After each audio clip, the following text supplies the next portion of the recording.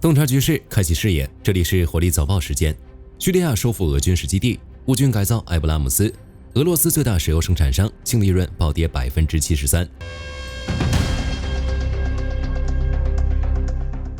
俄罗斯在中东的军事实力彻底分崩离析。叙利亚总统艾哈迈德·沙拉宣布，计划将境内仅存的俄罗斯军事基地改造为本国武装部队的训练设施。在阿萨德政权时期，俄罗斯在叙利亚设有约21个军事基地，93个前哨阵地。在政权更迭后的几周内，俄军迅速从叙利亚北部、东部及山区撤离。2026年1月，俄军开始从叙利亚东北部靠近土耳其边境的卡米什利空军基地撤离。目前，俄罗斯在叙利亚的基地只剩下2个，分别是俄罗斯在地中海地区唯一完整保留的海军基地塔尔图斯海军基地，以及位于拉塔基亚附近的赫梅米姆空军基地。相比之前，二者的驻军规模十分有限，仅剩数百至1000人左右，且多为技术和安保人员，航空兵力也大幅削减，远不及阿萨德时期的驻扎水平。随着军事基地进一步转型，俄罗斯在中东的军事存在已经是过去式了。再看俄乌战场，根据乌克兰第一独立突击团发表的声明，该部队已正式列装美国援助的 M1A1，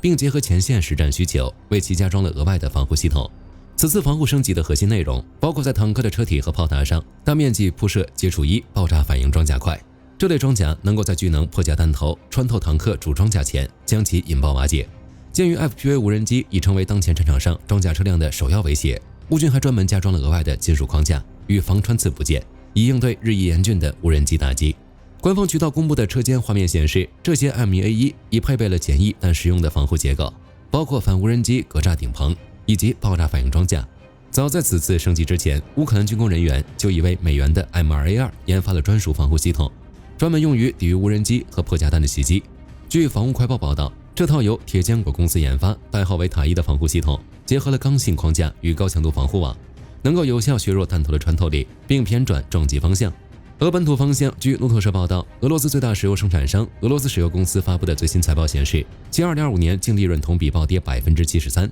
利润的崩盘原因正是高企的利率、不断增加的利润税以及美欧的制裁。中东持续的冲突虽然推动布伦特原油期货在2026年3月创下高达64%的月度涨幅，但是飙升的运营成本在很大程度上吞噬了高油价带给俄罗斯石油生产商的红利。截至2026年3月，将俄罗斯石油从波罗的海港口运往印度的物流成本已超过每桶20美元，与2022年初运往欧洲的运费相比，这一数字暴涨了10倍以上。被迫放弃近在咫尺的欧洲市场，转而寻找遥远的亚洲买家，致使俄罗斯石油公司不得不极度依赖影子船队，并承担高昂的第三方保险费用。这些开销吞噬了高油价带来的丰厚利润。今天的早报到这儿就结束了，乌俄局势后续将如何发展，火力军将持续关注，下期见。